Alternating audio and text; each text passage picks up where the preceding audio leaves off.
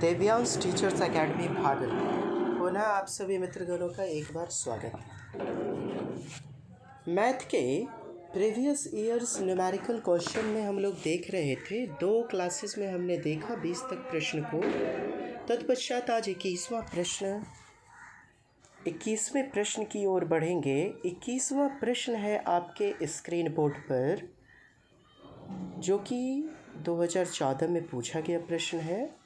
21 number देख पा रहे होंगे आप लोग। What is the value of, यानी कि -1 +2 -3 +4, अर्थात आप देख रहे हैं कहाँ तक डॉट प्लस 1000 का मान क्या होगा, यानी 1000 तक। देखिए मित्रों, कुछ नहीं है, बहुत ही इजी है। क्या है, -1 दिया गया है, -1 फिर +1 है, +2 दिया गया है, तो दोनों को आप घटाएं, यानी कि -1 और +2, तो वैल्यू क्या आएगा, 1। यानी कि 2 रोटी में 1 रोटी चला गया, एक के रोटी ना बचा। हाँ, फिर क्या है, -3 अब +4। आप जानते हैं -3 यानी कि कर्ज 3 रुपया है, और फिर 4 रुपया पॉकेट में आया, तो 4 रुपया हमने 4 रुपये में 3 रुपया चुका दिया।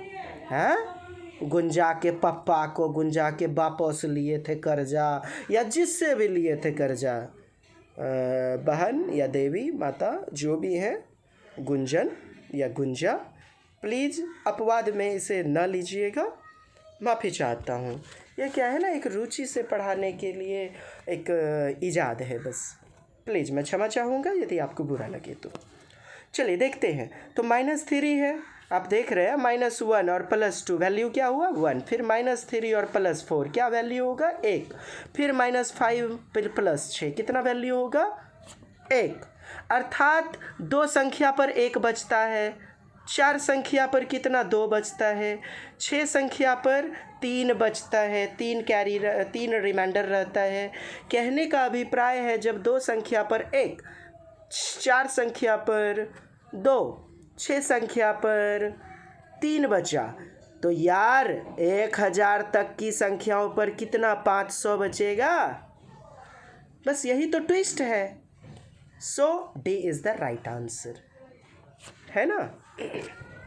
चलिए पुनः देखिए, सीटेट पेपर सितंबर 2015 का है प्रश्न।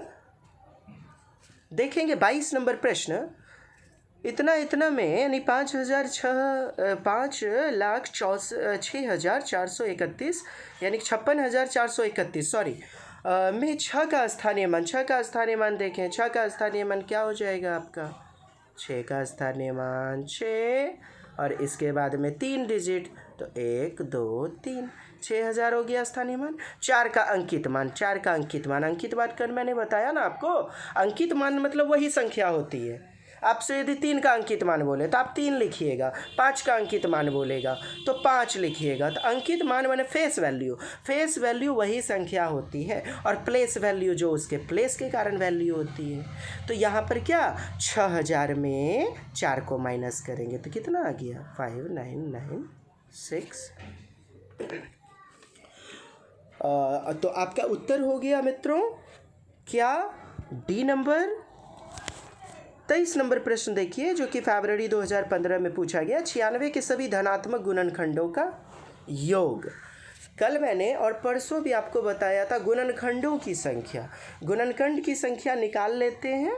गुणनखंड की संख्या जैसे कि 96 का आपको पूछा जाता है नंबर ऑफ फैक्टर्स, तो आप क्या करते थे इस प्रकार से, 2 4 जा 8, 2 8 जा 16, फिर 2 से 24, फिर 2 से 12 बार में, फिर 2 से 6, फिर 2 से आपका 3 टाइम्स।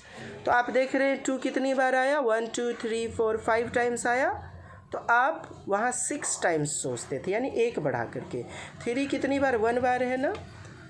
तो यहाँ आपका गुणनखंड का संख्या पूछा जाएगा, तो ये 5 और ये 1, इसको एक एक बढ़ा देंगे, यानी कि 5 आपका 6 हो जाएगा, और 1 को सोचेंगे 2, अर्थात 6 2 जा 12 हो जाएगा, 6 दूनी 12।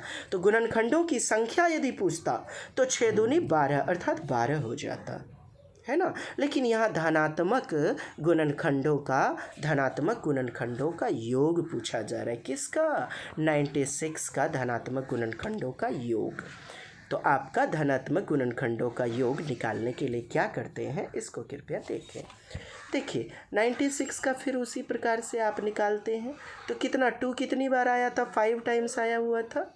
और 3 कितनी बार? 1 टाइम्स आया था। तो योगफल कह रहा है तो योग करना है, यानी प्लस, अर्थात 2 टू दी पावर 5 है तो 0 से उठाना है। 2 to the power 0 plus 2 to the power 1 plus 2 to the power 2 plus 2 to the power 3, कहाँ तक? 5 तक, plus 2 to the power 4 plus 2 to the power 5। Bracket में ले लें इसे। अब मल्टीप्लाई किस से यार? वही 3, कहाँ? 3 टू दी पावर 1 है, अर्थात 0 से उठाते हैं, है ना। 0 से शुरुआत करते हैं। 3 टू दी पावर 0, अब जितना तक पावर है वहाँ तक। 3 टू दी पावर 1 तक है पावर अपने पास। बस ब्रैकेट में क्लोज कर लीजिए इसे, है ना। अब देखिए इसको सॉल्व करते हैं। सॉल्व करने पर कितना आ रहा है आपका? देखिए 2 टू दी पावर 1, इसका वैल्यू क्या होगा? 1 होगा। किसी भी संख्या पे 0 का पावर हो तो उसका वैल्यू 1 हो जाता है। जैसे कि 1000 पर 0 का वैल्यू आ जाए, 0 पावर आ जाए 1000 के ऊपर, तो क्या हो जाएगा? इसका वैल्यू 1। हमरे माथा पे, देवरा मास्टर के माथा पे 0 लग जाए तो उसका भी वैल्यू 1 हो जाएगा। हाँ, ये नियम है। चलिए 2 टू दी पावर 0 1 हो गया। 2 टू दी पावर 1 का वैल्यू 2, फिर 2 टू दी पावर 2 है तो 2 दूनी 4, फिर 2 टू दी पावर 3 तो 2 दूनी 4 दूनी 8, फिर 2 दूनी 4 दूनी 8 दूनी 16, फिर 2 दूनी 4 दूनी 8 दूनी 16 और 2 32। ये इसको प्लस करना है किस में? 3 टू दी पावर 0 मतलब 3 नहीं होगा ना। हाँ, यही तो बात है। क्या हो जाएगा अपना? 1 ना जी।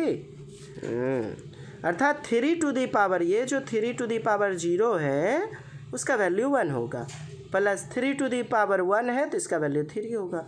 अब सबको प्लस कर लिया जाएगा, यही आपका उत्तर हो जाएगा।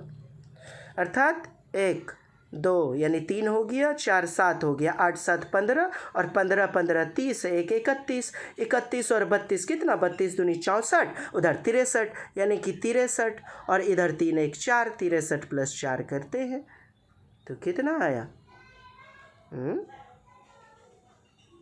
63 प्लस 4, 63 हो गया ना जी। Bracket close. अब यहाँ ये देखिए, ये प्लस लग रहा होगा, माफ़ी चाहूँगा, ये मल्टीप्लाई है, मल्टीप्लाई करना है इसको। हाँ जी, मल्टीप्लाई 4 से।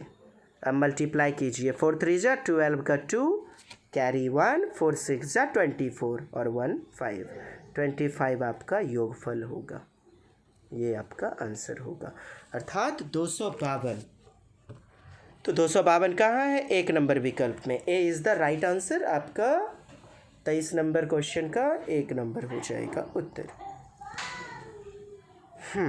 पुनः एक बार देख लीजिएगा, आसानी से समझ पाएंगे। फिर मैं समझा दूँ, गुणनखंडों की संख्या वो होती है, गुणनखंडों की संख्या जो उस संख्या को डिवाइड करती है, यानी विभाजित करती है। इसे नंबर ऑफ फैक्टर्स बोलते हैं। जब इन्हीं फैक्टर को जोड़ दिया जाता है, यानी सम ऑफ नंबर ऑफ फैक्टर्स, जिसे धनात्मक योग कहते हैं। यार धनात्मक योग, आपको धनात्मक दिया है उसके फेर में मत रहिएगा। योगफल बोला ना तो योगफल में जोड़ दिया जाता है, बस इतनी बातें हैं। चलिए 25 नंबर को देखते हैं। 25 नंबर कह रहा है कि 36 54 और 60 का सबसे छोटा आ गया ना। मैंने क्या बोला आपको? LCM, least. एलसीएम का फुल फॉर्म क्या होता है? Least common multiple. तो एलसीएम जैसे लिस्ट आया तो छोटा बोले तो एलसीएम निकाल देना है, एलसीएम निकाल देना, जैसे छोटा पूछा गया है ना। और भाग देना है 90 से, तो निकालिए ना। 36 54 और 60 का निकालते हैं एलसीएम, निकालिए। चलिए 2 से 18, 2 से 27, 2 से 30, फिर 2 से 9 टाइम्स, फिर 15 3 टाइम्स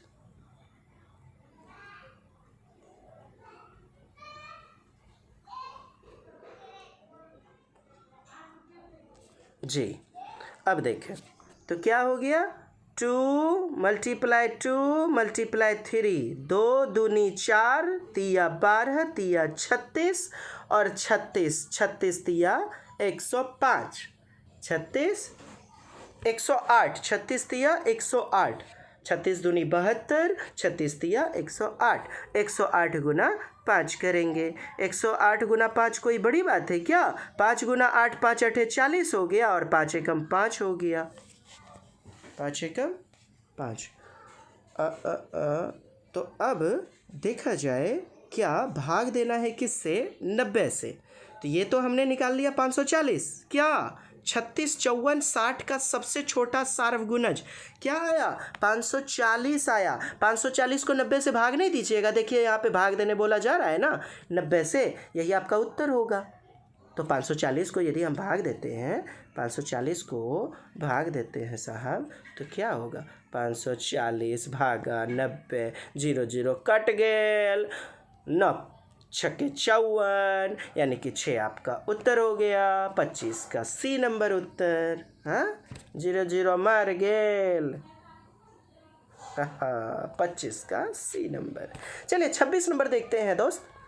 26 नंबर 2016 में पूछा गया प्रश्न है आपका कि 29,503 में 5 के स्थानीय मान तथा इतना के 7 के अंकित मान। तो 5 का स्थानीय मान देख लीजिए, आपका 500 हो जाएगा और इसमें 7 का अंकित मान खुद 7 होगा। अंतर कह रहा है तो घटा लीजिए, 493 होगा। ज़्यादा समय बर्बाद नहीं करेंगे अब ऐसे प्रश्नों पर। 26 का 1 नंबर उत्तर हो जाएगा। चलिए देखिएगा 27 नंबर। निम्नलिखित में कौन सा 11,1111 संख्या का प्रतिनिधित्व करता है? किसका कौन रिप्रेजेंटेशन करता है? तो देखिए मित्र क्या कह रहा है। सबसे पहले तो 11,000, चलिए जी 11,000 लिख दीजिए, 11,000। हाँ, ये आपका 11,000।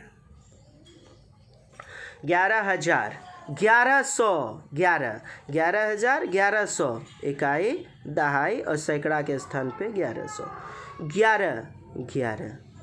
अब देखिए का प्रतिनिधित्व करता है, तो कौन प्रतिनिधित्व करता है, कौन रिप्रेजेंटेशन करता है? हाँ, इसको देखा जाए, जैसे कि 1 नंबर को छोड़ दें, बी नंबर को पहले आप देखिए, इसको आप पढ़िएगा क्या? 11,000 और 1100, 11। यही तो लोल बकलोल कुया में धकेल देल बनाया गया है साहब, इस चक्कर में ना पड़ें, यह आपका उत्तर नहीं होगा, ये गलत हो जाएगा, सरासर गलत ना। लेकिन जल्दबाजी में सी टेटेड हमें फंसाना चाहता है।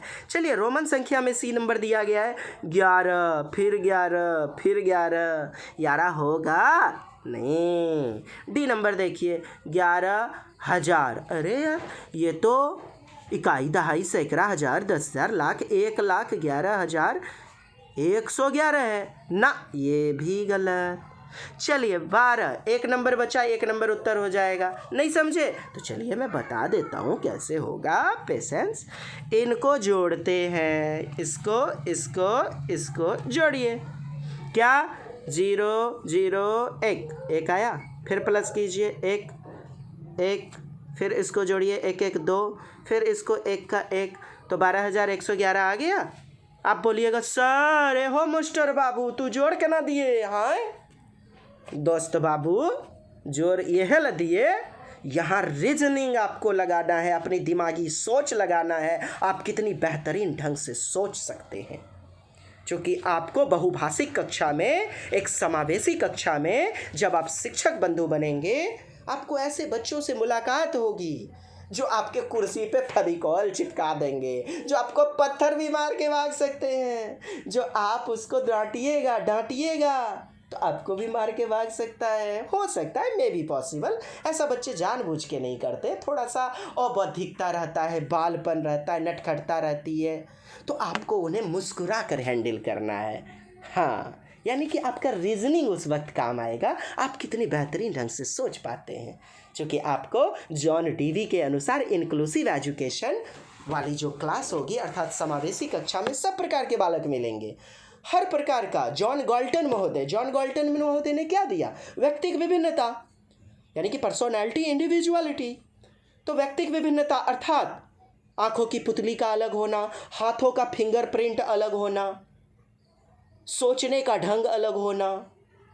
तो सबका सोच विचार एक जैसा नहीं होता है, हाथों का प्रिंट अलग अलग होता है। उसी प्रकार से यानी कि व्यक्तियों में पाए जाने वाला विभिन्नता, यानी विभिन्नता या अलग होना या भिन्नता कहते हैं डिफरेंस को, जिस पे बहुत सारे प्रश्न बनेंगे। तो आपकी कक्षा में भी व्यक्तिगत विभिन्नता के आधार पर पाए जाएंगे बच्चे। आप उन्हें कैसे ट्रीट करेंगे, this will depend on you.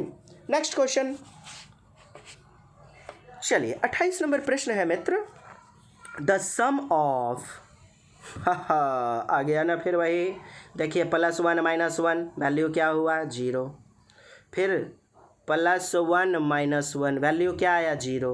अरे 1 रुपया में 1 रुपया घट गया। ए हो एगो बुच्ची बाबू 1 टका दिया तोरा है, देखिए। फिर उसके बाद छंगुड़िया बाबू आया 1 टका तोरा से ले लिया, 0 टका बचा जी।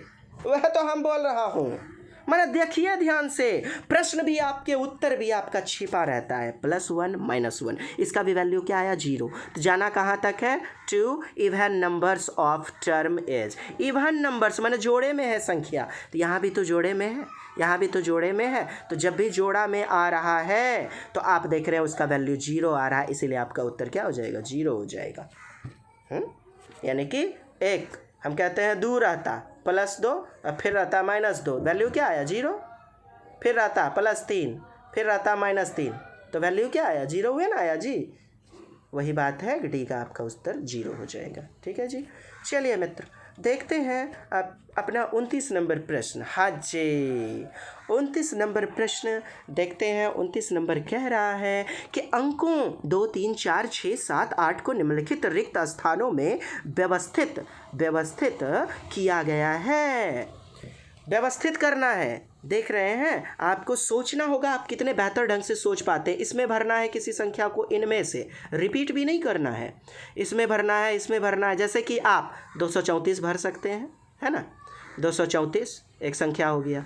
दूसरी संख्या 678 भर सकते हैं, इसमें 6, इसमें 7, इसमें 8। फिर प्लस कीजिएगा, तो प्लस कीजिएगा कितना, 8 4 12 आएगा, 12 का 2, बाकी 1 7 3 10 1 1, और फिर उसके बाद 6 2 8 1 9, अर्थात 8 4 12 का 2 फिर 1। आप जब इसको प्लस करेंगे तो आपका जो भी उत्तर आएगा, तो आप 234 एक संख्या ले रहे हैं, फिर 678 ले रहे हैं, 234 फिर 678। देखिएगा मैं सोचने के लिए बता रहा हूँ, यह उत्तर नहीं होगा।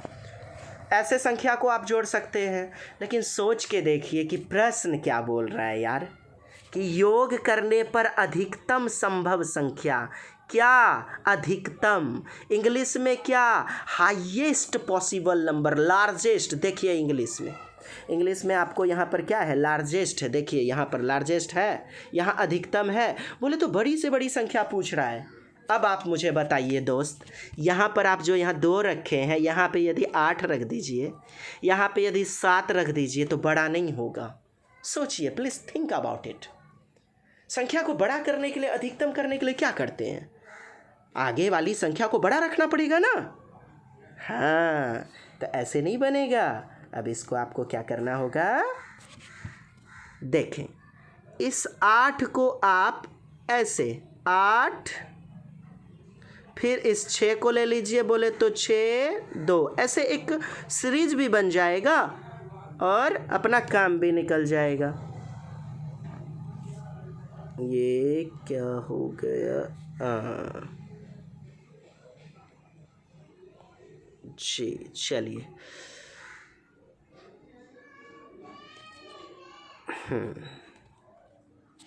चलिए ये देखिए, ये 3 ले लीजिए, इसको आप 6 ले लीजिए, और इसको इधर 1 मिनट, ये देखिए। चलिए लिखते हैं क्या, 8, जैसे आपका इधर लिख देते हैं 8, तो इस 7 को इधर लिख दिया जाए, फिर आ गया 6 तो इस 4 को इधर लिख दीजिए, फिर 3, फिर इस 2 को लिख दीजिए। अब प्लस कीजिए, 3 2 5 6 4 10 और 8 7 15 1 16 1605 आ गया। A is the right answer. आपको सोचना होगा यार, सीटेट में ये बच्चे हिसाब बुच्चा वाला, टुटपुंजिया वाला, एकदम भूसभूसिया वाला, फुक्को वाला हिसाब काहे देता है, बात बुझे कुछ नहीं। तो कितना बढ़िया से सोच पाते हैं यह देखना चाहता है। हाँ जी, 1 नंबर उत्तर हो गया ना। देखिए इस प्रकार से सीरीज भी लग गया जी। फिर 2, फिर आपका 6, फिर उसके बाद आई 2 4, 4 के बाद 7। ये देखिए इस प्रकार से सीरीज लग गया 8 6 3, फिर 2 4 7, सीरीज भी बन गया। चलिए आपका उत्तर जो है 1 नंबर हो गया। चलिए 30 नंबर की ओर बढ़ते हैं मित्र। 30 नंबर आपका प्रश्न है, मैं कौन सी संख्या हूँ, मैं कौन सी संख्या हूँ। चलो जी, कौन सी संख्या हूँ ढूंढता है। मैं 2 अंकों की सम संख्या। चलो सम संख्या तो आप जानते ही हैं कि जो सम संख्या उसे कहते हैं जो 2 से विभाजित होती है। सम संख्या यानी even number are that numbers which is divisible by 2, that is called even number ना जी। चलिए मैं 3 4 6 का सार्वगुणज हूँ। क्या है सार्वगुणन, सार्वगुणज यानी कि 3 4 6 का सार्वगुणज है, बोले तो उससे विभाजित होगा यह।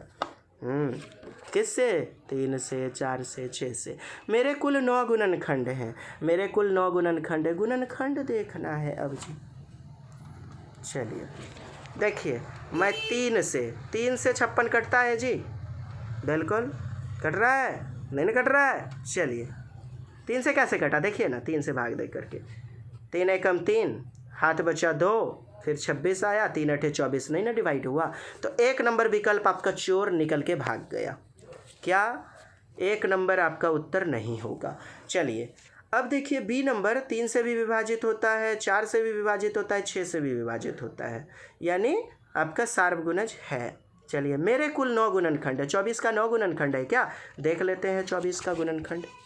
24 का गुणनखंड, 24 किससे कटता है जी, 1 से, 2 से, 3 से, 4 से, फिर 6 से, 8 तिया 24, 8 से, फिर 12 तिया 24, 12 से 12 दूनी 24, फिर उसके बाद खुद 24 से। कितना गुणनखंड है, 1 2 3 4 5 6 7 8, 8 को गुणनखंड ना बोल रहा है, 9 गुणनखंड ना, 24 भी कट गया ना साहब। क्वेश्चन को पढ़िए ध्यान से। चलिए सी नंबर देखते हैं 36। कहता है कि मैं 3 4 6 का सार्वगुणज हूँ। देखिए 3 से 36 कट रहा है, डिवाइड हो रहा है, 4 से भी डिवाइड हो रहा है, 6 से भी डिवाइड हो रहा है ना। 9 गुणनखंड है कि नहीं, देखिए 36 डिवाइड किससे होता है, 1 से, 2 3 4 6 9 12 18, फिर तो खुद जो है 36। तो 1 2 3 4 5 6 7 8 9, तो ये आपका 9 आया, इधर 9 हुआ कि जी। चलिए तो सी आपका उत्तर हो जाएगा कि नहीं। अच्छा जी, क्या बोले सर आप 48 को चेक नहीं किए। हाँ जी कर लेते हैं, देखिए 48 को भी चेक कर लेते हैं। 48 का देखिए 3 से भी विभाजित हो रही है, 3 का भी सार्वगुणज है, मल्टीपल्स है, 4 का भी है, 6 का भी है। अब दूसरा स्टेटमेंट देखते हैं, 9 गुणनखंड। देखिए 48 किससे कटता है, 1 2 3 4 6 8 12, और तो किसी से नहीं ना जी, मिस होगा तो बोल दीजिएगा। हाँ खैर जल्दी ही वीडियो क्लास शुरू होगी। हाँ वीडियो क्लासेस जल्दी ही शुरू हो जाएगी। 24 दूनी 48, 24 से भी हो जाता है, 48 से भी। कितना है देखिए तो, 1 2 3 4 5 6 7 8 9, 9 हुआ नहीं यार, नहीं होता है, कुछ तो मिसिंग हो रहा है, समथिंग इज़ मिसिंग यार। 12 6 7 8 9 10 11 12 30 नंबर, यानी इसमें आप देखें ये डी नंबर, इसमें क्या क्या आ रहा है, ये 10 फैक्टर हो रहा है इसका 10 फैक्टर होता है। देखिए फैक्टर निकालने के लिए ऐसे भी मैंने बताया हुआ है आपको, याद है ना। 2 से 24 टाइम्स में, 2 से फिर 12 बार में, फिर आफ्टर 2 से 6 टाइम्स, फिर 2 से कितना 3 टाइम्स। तो क्या बताया था मैंने 2 यानी 1 2 3 4 4 बार है ना, तो आप 5 बार पावर को सोचेंगे। फिर आपका 3 कितनी बार है, 1 बार है, तो आप 2 बार सोचिए। तो ये 5 2 जा 10 मल्टीप्लाई करते हैं किसको, पावर को। तो 5 2 जा 10, तो 10 आपका गुणनखंड आएगा, है ना। 10 गुणनखंड आ जाता है, 48 का गुणनखंड 10 आता है। देखिए 16 छूट रहा था, 16 छूट रहा है ना, 16 तिया 48 होता है ना। देखिए आप, हुआ ना, 1 2 3 4 5 6 7 8 9 10, 10 संख्या हुआ ना। तो आप ऐसे भी निकाल सकते हैं। गुणनखंड का मतलब मैंने समझा दिया, उसे जो विभाजित करती है। चलिए, तो हमारा उत्तर सी हो जाएगा। बहुत अच्छा प्रश्न है, एकदम इंटरेस्ट के साथ केवल मित्र पढ़ करके देखिए। चलिए, आज के लिए अलविदा लेना चाहूँगा। धन्यवाद, नमस्कार, जय हिंद, जय भारत, वंदे मातरम।